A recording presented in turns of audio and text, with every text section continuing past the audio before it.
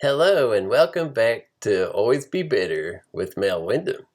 Today we continue our adventures in logic. If you haven't already, you should first watch the foundation sessions. Here's a link to the first 3 videos. It takes about 30 minutes to get through them. Once you come back to this session, we will bring together all of the basic principles. I'll give you 5 seconds before we start.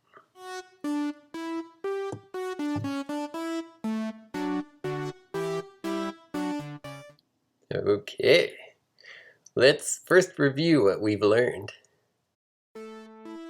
First, we can reduce English statements into symbols, which can allow us to analyze the underlying logic more easily. And we learned how the answer to a logical question can either be true, false, or undetermined. True and false can be shown as 1 and 0 respectively. We've learned how logic gates can capture the relationships between 2 logical ideas. And then we use logic gate tables to graphically analyze logical results. If we bring all these ideas together and present them slightly differently, it can allow us to open wide the door to much more advanced logical concepts. And get this, no matter how complex we go, they are all simply extensions of our fundamental principles.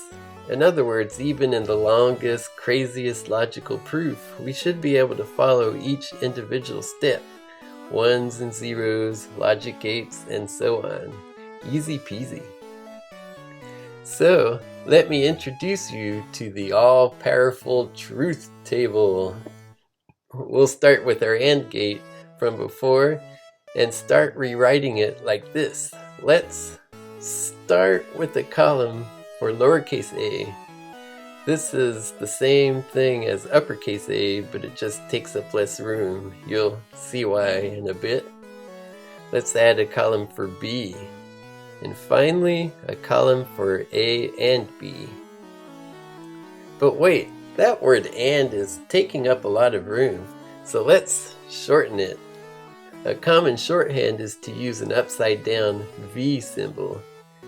You can remember that it means "and" because it looks like an A with the horizontal line removed. This allows us to tighten up our columns.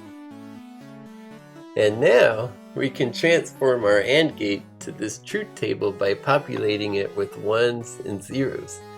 First, we fill in the inputs A and B. Just like we see in our original AND gate, there are 4 combinations to consider. There's 0 and 0, 0 and 1, 1 and 0, and last but not least, 1 and 1. Then we can fill in the A and B column. We can either use our original AND gate, or we should be able to do this by memory now. Now, take a quick moment to compare this truth table with the AND gate. How are they similar and how are they different? I'll give you 5 seconds to think about it.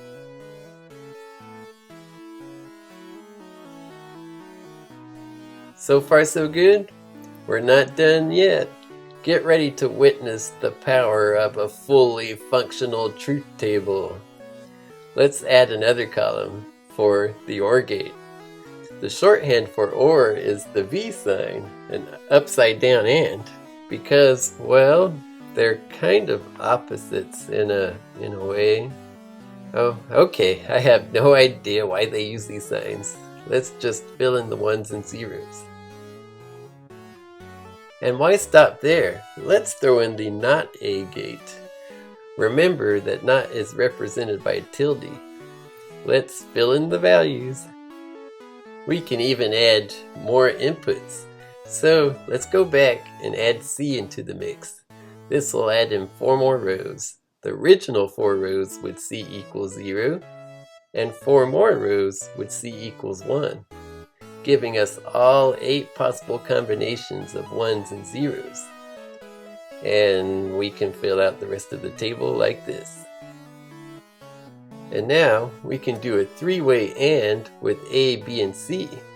To do this, we just do the and of the third and fourth columns.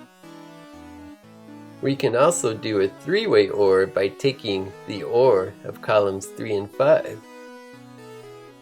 And one last magic trick. First, we're going to need 2 more columns, not B, and we'll also need not A and not B.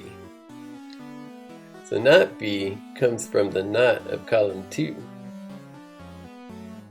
And the last column comes from taking the and of columns 6 and 9.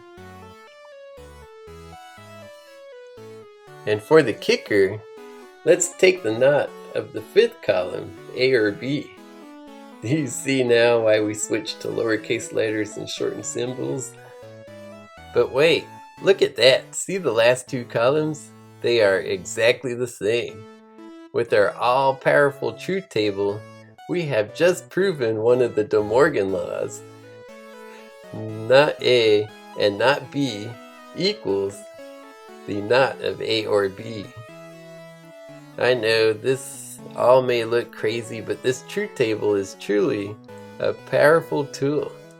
We'll see more of these as we attack more advanced topics in preparation for attacking even more interesting topics such as politics and even religion. If you'd like to learn more of the gory details, you can look up the wiki on Propositional Calculus, which is the official name of what we've just learned. And it can tell you anything you want to know. It's the stuff that we talked about. You got remember that, or remember this. And it gives you what we've talked about, and it gives you even more. Here we have true and false. You got P's and Q's. They like P's and Q's instead of A's and B's. And look, there's some ors, and there's an and there's that if then thing. So check it out. If you want to learn more, then come here. We probably won't get this complex, but it's all there if you want to see it. And this is stuff we computer nerds had to learn early on in college. I hope you've enjoyed this journey into logic, and I hope you enjoy what comes next. In our next logic video, I'll introduce you to logic puzzles, an excellent way to practice what we've learned. And then I can show you some actual applications, and we'll go from there. This week's challenge: think about all these principles and play around. Try out the truth table to see if you can prove some of those statements on the wiki page. See if you can already find applications in life and start analyzing logic. Whatever you do, just have fun with it. Thank you for watching, and remember, we can always be better.